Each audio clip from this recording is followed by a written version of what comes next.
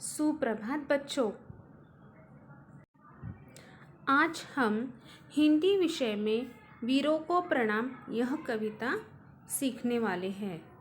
इस कविता के कवि रमेश दीक्षित है। ठीक है, कवि का नाम आपको याद रखना है, रमेश दीक्षित। और कविता का नाम क्या है? वीरों को प्रणाम। तो चलो बच्चों, हम शुरू करते हैं हमारी कविता वीरों को प्रणाम। इस नाम में ही हमें पता चलता है कि यह कविता किन लोगों के बारे में लिखी है। पता चला आप लोगों को? हाँ, जो वीर जिन्होंने हमारे देश के लिए, देश की सुरक्षा के लिए अपने प्राणों का बलिदान दिया है, ऐसे वीर जवानों के बारे में यह कविता लिखी है। तो पहले हम कविता बोलेंगे, आपको मेरे पीछे बोलना है, ठीक है? तो शुरू करते हैं हम कविता। देश की मिट्टी का कण कण है जिन्हें प्राण से प्यारा, प्रणाम ऐसे वीरों को सौ सौ बार हमारा। यह ऐसी धरती है जहाँ पर गंगा जमुना बहती, देश पर मर मिटने की हरदम धुन सी है रहती। वीरों के बलिदान से चमके हिंद वतन का तारा, प्रणाम ऐसे वीरों को सौ सौ बार हमारा। यह आज़ादी नहीं मिली है हमें किसी से भीख में, सीखा हम लोगों ने कुछ तो प्राणार्पण की सीख में। देश की मिट्टी का कण कण है जिन्हें प्राण से प्यारा, प्रणाम ऐसे वीरों को सौ सौ बार हमारा। आप लोगों को समझ में आया होगा। यह कविता आपको भी घर में इसी तरह बोलनी है, गाकर देखनी है। तो चलो हम देखेंगे बच्चों, इस कविता में हमें क्या पढ़ना है, क्या बताया है, ठीक है? पहले कड़वे में यहाँ पे बताया गया है कि देश में मिट्टी का कण कण है जिन्हें प्राण से प्यारा। जो हमारे देश की मिट्टी, जो देश की मिट्टी का कण कण है, जिन्हें प्राण से प्यारा है।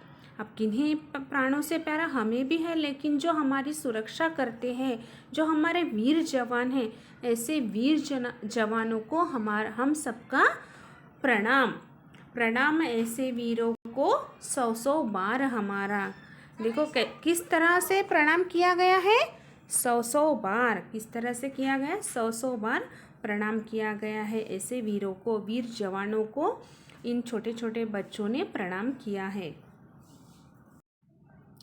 दूसरी लाइन में बताएं, यह ऐसी धरती है जहाँ पर गंगा जमुना बहती। हमें पता है हमारे भारत में कौन सी नदियाँ हैं, कितनी नदियाँ, और गंगा जमुना यह बहुत बड़ी नदी है। देश पर मर मिटने की हरदम धुंसी है रहती। ऐसी धरती है हमारी इस भारत माँ का वर्णन भी इस कविता में किया गया कि जहाँ पर गंगा जमुना जैसी बड़ी बड़ी नदियाँ बहती है, देश पर मर मिटने की हरदम सी धुन रहती।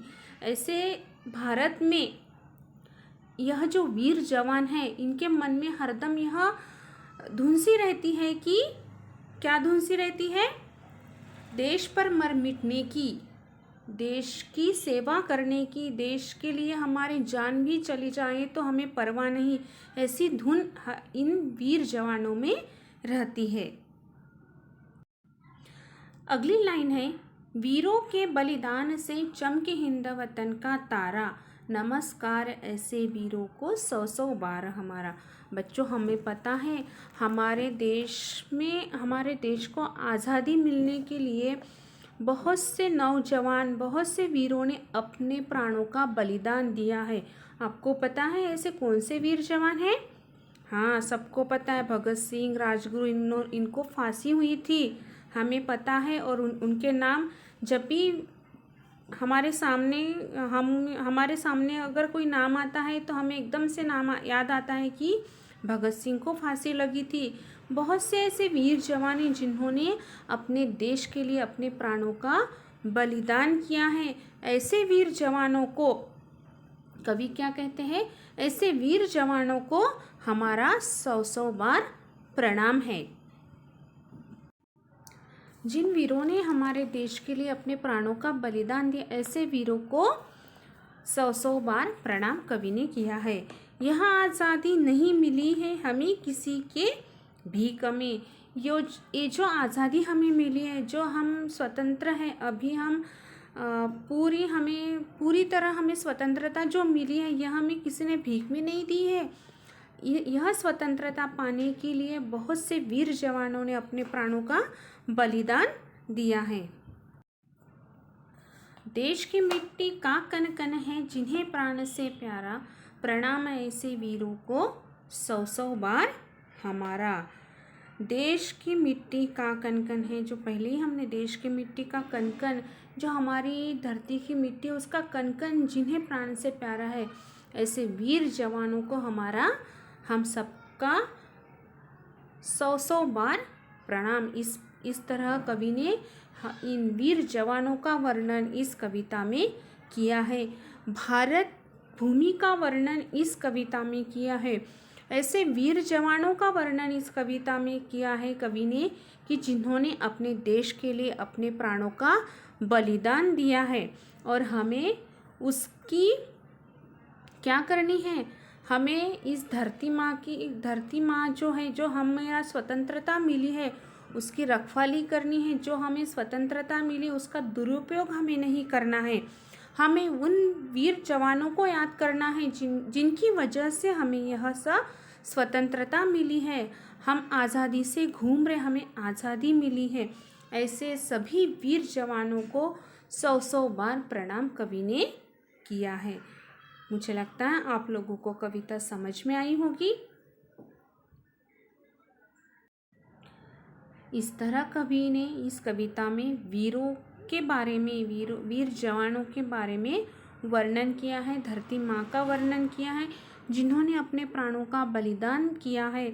उन सभी लोगों का वर्णन कवि ने इस कविता में किया है, और इन सब को 100 बार प्रणाम, कोटि कोटि प्रणाम कवि ने दिया है।